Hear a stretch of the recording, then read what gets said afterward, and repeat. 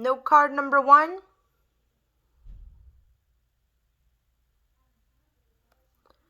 Note card number 2.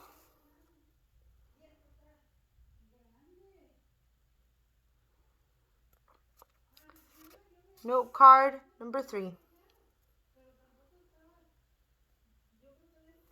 Alright. Hi, my name is Damaris, and this is my topic preview speech. The first 72 hours of a missing person case are the most crucial. This is because in that time, law enforcement can start devoting resources into looking for evidence and follow the breadcrumbs about where that person was last seen. They can collect physical evidence, video footage, and eyewitness testimony. After 72 hours, this type of evidence starts to dwindle. The problem is the first 24 to 48 hours of a missing person case can actually be wasted. For one, law enforcement will usually tell you to wait 24 hours before you report a person missing, which is a third of the time frame that is the most important. There are other things that go into missing person cases.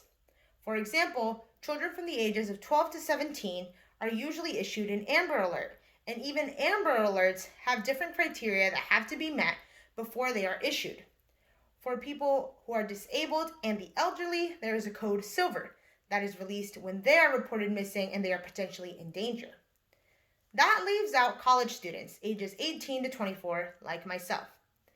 If I were to go missing today as a 19-year-old Latina, I would not be looked for immediately for a couple of different reasons.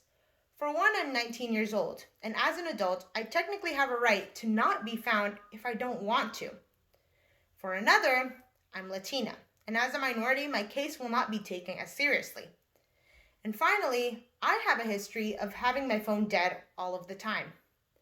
So, law enforcement, taking all of these factors into consideration, might think that the 19-year-old Latina is maybe going off on a mood swing, has her phone dead, and isn't wanting to communicate. Even if I am potentially in danger, they won't really start looking for me until after those 24 hours if I have not had contact with anybody. The problem here is that 19-year-olds are not taken seriously, and college students 18 to 24 will not be looked for because of the stigmas and stereotypes that surround us. So I propose a solution. We should have our own alert system that can be implemented at college levels. We already have a campus broadcast alert that is sent out whenever a crime is committed on campus, such as an armed robbery or carjacking. We could add to that a missing person warning. This can be something small that is sent out initially just to say that the student is not found and there are people who are concerned for their safety. If maybe that student did have a little bit too much to drink the night before and is safe, a friend could look for them, report their location, and have that person report back and confirm that they are okay. Now there's a crisis averted. However, if that person is in danger and no one can say where they are, the case can be moved to law enforcement, and now their friends and peers, who might have been the last people to see them, can report back with any information about their last whereabouts. This is something that's important to me because I think that we should be taken seriously even if we don't make up the biggest percentage of missing person cases.